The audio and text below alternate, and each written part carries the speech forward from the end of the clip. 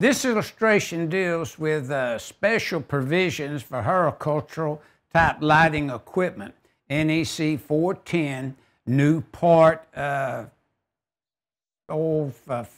I believe. Now, the purpose of change, a new article has been added to address the requirements for special provisions for horticultural type lighting equipment.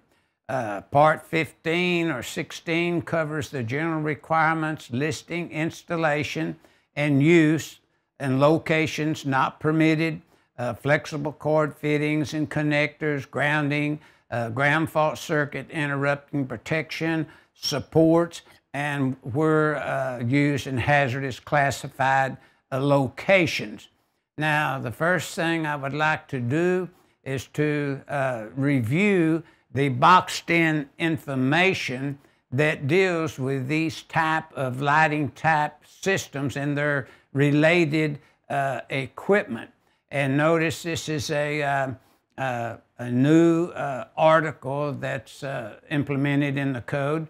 And first of all, general rules is 410.170. The locations this system is not permitted is 410.176. Grounding requirements for such fixtures and so forth is 410.182. And when these lighting fixtures and or luminaires are used in classified locations, then we're looking at 410.188. The listing of these systems is 410.172. Flexible cord is 410.178. And where the GFCI protection rules kick in is 410.184. Installation in use now in compliance with 110.3b would be 410.174.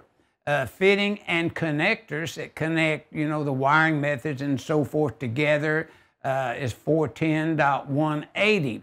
The supporting means for these fixtures and these systems is 410.186. And of course, I would remind the user that's dealing with these type fixtures and lighting equipment that's installed in these areas, for methods of grounding these luminaires, then you want to see 410.44, an exception in the 2020 NEC, and your horticultural type lighting type fixtures then will appear in this port Roman numeral 16 of the 2020 NEC.